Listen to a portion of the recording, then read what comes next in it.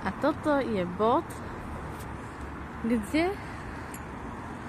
sa nachádza diskotéka tam hore na kopci za týmto obchodným domom veľkým.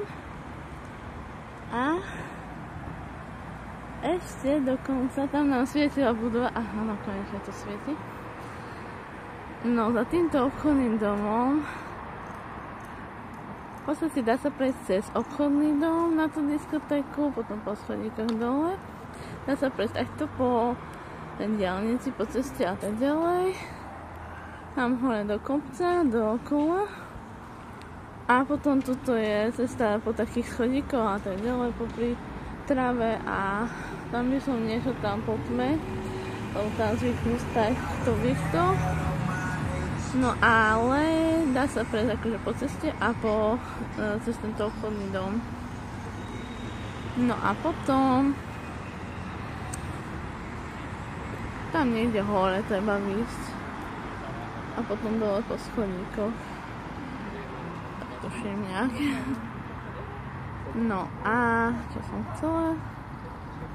Ja, keď tam budete chcieť ísť, tak bacha na tie lístky, aby vám ich nezobrali, keď si vopred kúpite, lebo ináč sa to ani nedá iba vopred kupovať.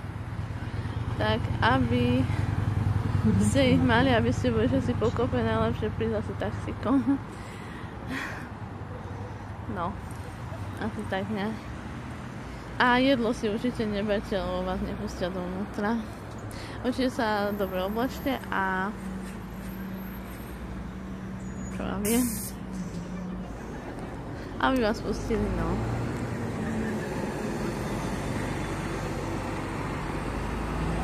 Tak to je v Banskej Bystrici vlastne diskotéka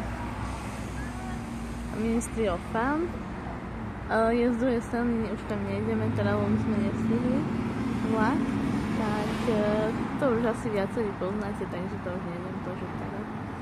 Tak ahojte zatiaľ, majte sa pekne a teším sa na vás pri ďalšom videjku.